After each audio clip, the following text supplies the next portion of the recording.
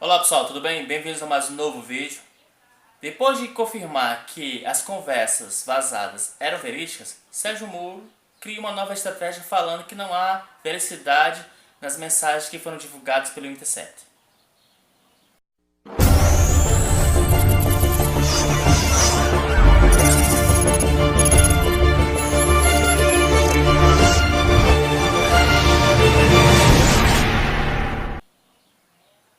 Olá pessoal, tudo bem? Eu me chamo Suderlan de Castro e vamos falar sobre essa nova estratégia que Sérgio Moro agora colocou, sendo que ele já tinha dito uma vez que havia sim veracidade nas conversas que tinham sido vazadas, né?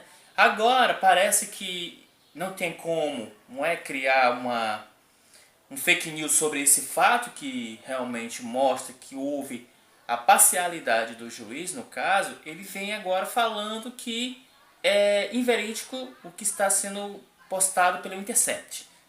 Mas a gente precisa só voltar atrás e dizer uma coisa. O Moro disse que não cometeu ilícito, mas assume que houve sim um descuido nas conversas. Então, conforme mensagens publicadas pelo site Intercept em Brasil, o então juiz da Lava Jato teria repassado informações, uma pista sobre o caso do ex-presidente Luiz Inácio Lula da Silva, quando ele fala em questão do showzinho mediático dos advogados, né, de Lula, e ele foi lá para rebater, entendeu? Ou seja, ele deu uma orientação e a gente entende aqui, ó, o ministro alegou que a troca de informações entre as partes é uma rotina comum de juízes, promotores e advogados. Eu recebi aquela informação e aí sim, vamos dizer, foi até um descuido meu, assim fala o juiz Sérgio Moro. Apenas passei pelo aplicativo, mas não tem nenhuma anormalidade nisso. Não havia uma ação penal sequer em curso. O que havia é possível que tenha um crime de lavagem e eu passei ao Ministério Público, disse Moro, após a cerimônia na Polícia Rodoviária Federal em Brasília.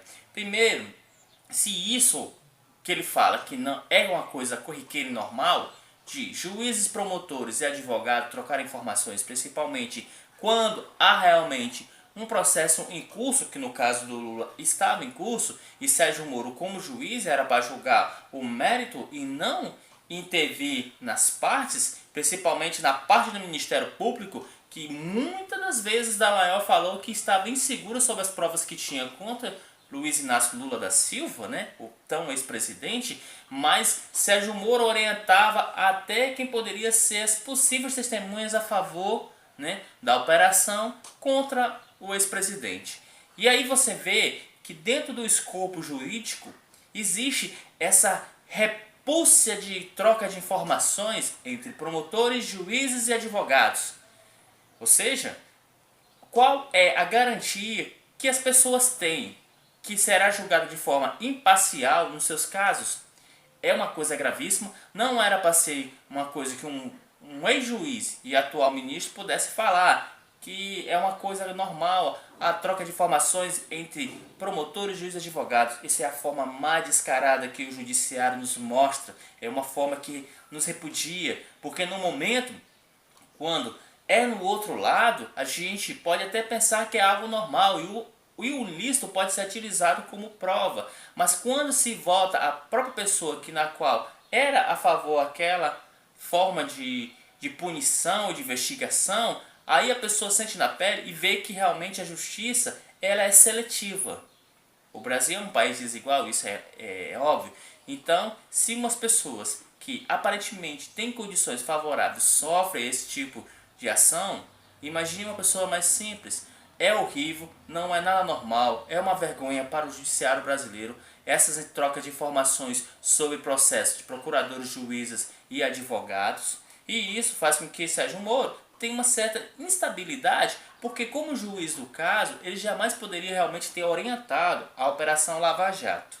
Era para ser necessário que ele ficasse isento e que ele julgasse o mérito da obra e não extremamente tivesse qual a participação de indicar os fatores que poderia realmente comprovar a participação de Lula na lavagem de dinheiro e formação de organização criminosa e entre outros que a Operação Lava Jato acusava.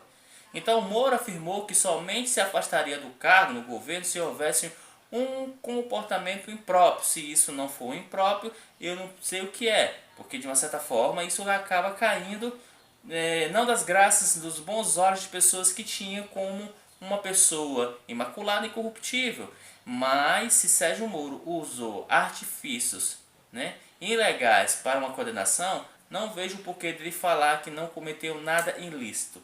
Então a repercussão a nível internacional está tão grave, exatamente porque outros países no mundo, jornais de extrema importância como Le Monde, The Guardian, New York Times, The Post, Washington Post e entre outros, estão aí comentando sobre isso. E aí, qual é a estratégia pensada de Moro? Negarei que todas essas conversas que estão sendo vazadas, que mostram que parece que não há nada comprovado que foi hackeado, e sim descuido de quem estava manuseando esses celulares. E já aí, o ministro Moro fica sem essa defensiva, ou seja, não tem como usar o argumento daquilo que não foi colocado, sendo que o Telegram, que é um aplicativo criado por russos, ele é extremamente difícil de se hackear. Muito mais difícil do que o WhatsApp, que existia essa vulnerabilidade no WhatsApp. Já isso não ocorre no Telegram.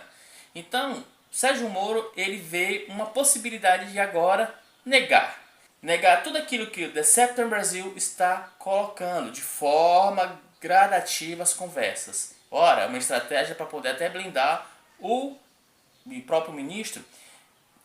Claro que dentro do governo existe aquela questão dele se permanecer porque Bolsonaro quer, ele ainda tem um capital político, é verdade que Sérgio Moro ainda tem uma certa influência, ainda é visto como essa pessoa combatente da corrupção, embora que tenha perdido aí boa parte dessa admiração. Mas o Ministério da Justiça divulgou uma nota neste sábado informando que o ministro Sérgio Moro nega a veracidade das mensagens publicadas pelo site The Intercept Brasil. A nota do Ministério descarta que Moro não reconhece a autenticidade e não comentará supostas mensagens de autoridades públicas colhidas por meio de invasão criminosa de hackers. Ele ainda fala em hackers, né? Ou seja, ainda tenta criar essa imagem que houve uma invasão privada em seus celulares de promotores para poder descredibilizar toda a reportagem, né? O ex-juiz, na necessidade de que o suposto material obtido de maneira criminosa seja apresentado à autoridade independente para que sua integridade seja certificada, o site Decept Brasil tem publicado desde o fim de semana passado trechos de conversas em site privado da plataforma Telegram. Em uma das mensagens datadas em 10 de maio de 2017, que foi justamente o julgamento da prisão de Lula, o então juiz Sérgio Moro sugere ao então procurador da República, Carlos Fernando dos Santos Lima, distribuir nota à imprensa para rebater as informações de defesa do Lula, né, após o depoimento do ex-presidente republicano no caso do triplex do Guarujá, investigado pela Operação Lava Jato, na qual Sérgio Moro fala do showzinho dos advogados de Lula. Então, o que eu vejo? O que eu vejo é que Sérgio Moro está usando essa estratégia, né, esse artifício de agora negar tudo aquilo que o site Intercept está colocando. Entendeu?